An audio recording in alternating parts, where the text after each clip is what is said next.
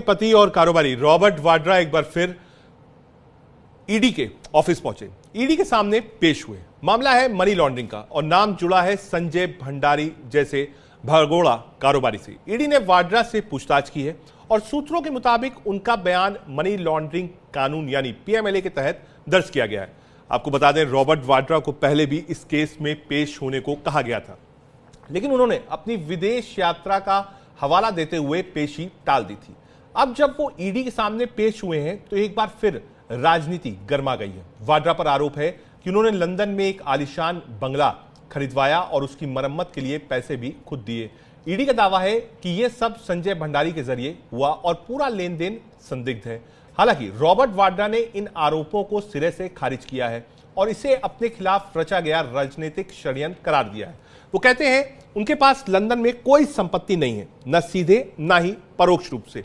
लेकिन सवाल यही है, अगर आरोप झूठे हैं तो दस्तावेज क्यों नहीं सामने आ रहे हैं, और अगर सच्चाई है तो जांच एजेंसियों के पास और क्या सबूत हैं। कांग्रेस सांसद प्रियंका गांधी वाड्रा के पति और कारोबारी रॉबर्ट वाड्रा ईडी के सामने पेश हुए।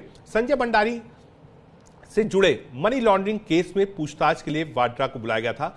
सूत्रों ने बताया कि इस दौरान रॉबर्ट वाड्रा का बयान भी दर्ज किया गया।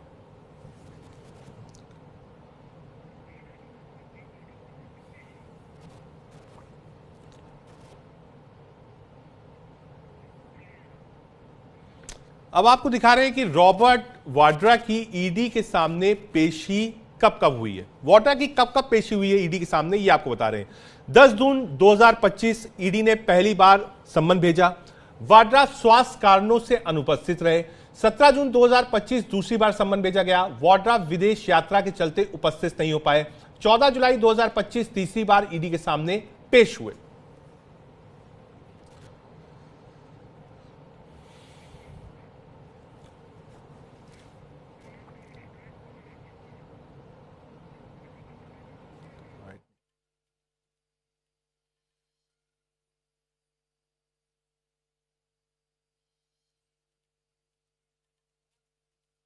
पूरा देश जानता है कि ईडी का काम विपक्ष को हरास करना, परेशान करना है।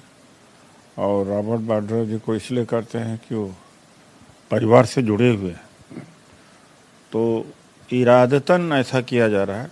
इतने साल हो गए हैं और अभी तक छानबीन पूरी ही नहीं हुई।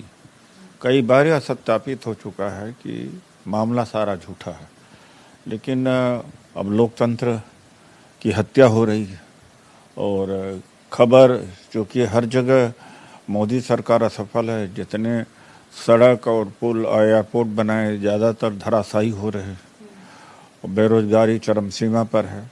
आंतरिक कलह भी है भारतीय जनता पार्टी आरएसएस में।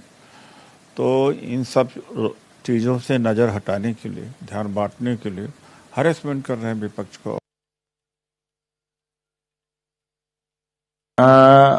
This is a sub judice case. Inquiry is going on. So that legally, whatever possibilities is there, so court will take action. I don't have to say anything about the court decision. Then we will welcome whatever the court outcome there. But Congress nature is to loot, just to grab the land, to secure money, to make more property in their name, enjoy a luxury life. That is their motto. Whether it's Sonia Gandhi, whether it is Rahul Gandhi or Priyanka Vadra, or that all they are after luxury life.